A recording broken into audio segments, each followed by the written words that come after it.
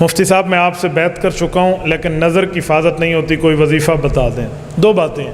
Number ایک، بعض لوگ مجھے کہتے ہیں بیعت ہو جانے کے بعد کہ حضرت ہم بیعت ہو گئے ہیں، گناہ نہیں چھوٹ رہا، تو وہ سمجھتے ہیں کہ بیعت کوئی ایسا نسخہ ہے جسے دوری ڈنڈے کے اندر یوں گھوٹ کر بندہ دماغ میں ڈالے گا سارے گناہوں سے پاک ہو جائے گا۔ بھائی ایسا نسخہ کوئی سمجھ کے ہم سے بیعت ہوتا ہے تو بیعت نہ ہوا کرے، یہ نسخے ہمارے پاس نہیں ہیں بھائی۔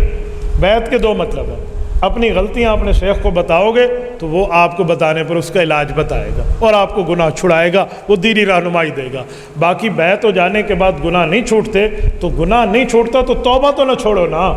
ایک دفعہ گناہ اور توبہ دونوں کی مقابلہ لگا دو، ایک دن انشاءاللہ دین کفر پر غالب آ جائے گا۔ لیکن اپنے دل میں طے تو کر لو کہ میں گناہ چھوڑوں۔ یہ جو بد نظری کی حفاظت نہیں ہوتی نا، دو وجہ، اپنی ماں، بہن، بیٹی، بیوی کو اگر آپ دوسروں کی نظر پہ دکھوانے کا شوق رکھتے ہیں تو پھر دوسرے کی ماں، بہن، بیٹی، بیوی پر نظر رکھیں۔ کیوں؟ آپ وہاں دیکھیں گے، لوگ یہاں دیکھیں گے، عدل کا بدلہ ہوتا رہے گا۔ تو اگر آپ چاہتے ہیں کہ آپ کی ماں، بہن، بیٹی، بیوی دوسروں کی نظروں سے محفوظ رہے تو آپ اپنی نظر میں حیا پیدا کریں، اپنے دل میں حیا پیدا کریں، اپنی نظر کو خیانت سے پاک رکھیں۔ نمبر دو، اگر آپ کے پاس موبائل میں بد نظری ہوتی ہے تو موبائل بیچ دو، چھوٹا موبائل بٹنوں والا لے لو، اور بٹنوں والے موبائل سے بھی کان کے ذریعے کوئی بد نظری کی ترتیب بنتی ہے تو وہ بھی آپ نہ رکھیں۔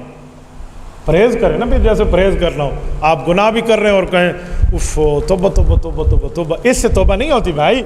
تو پورا یا ایھا الذین آمنوا، اللہ پاک فرماتے ہیں توبوا الی اللہ توبۃ نصوحا، پکی توبہ کرنا سیکھو۔ پھر غلطی ہو جائے تو پھر کرو، پھر غلطی ہو جائے تو پھر کرو، لیکن توبہ کو نہ چھوڑو۔ تبارك الذي نزل الفرقان على عبده ليكون للعالمين نذيرا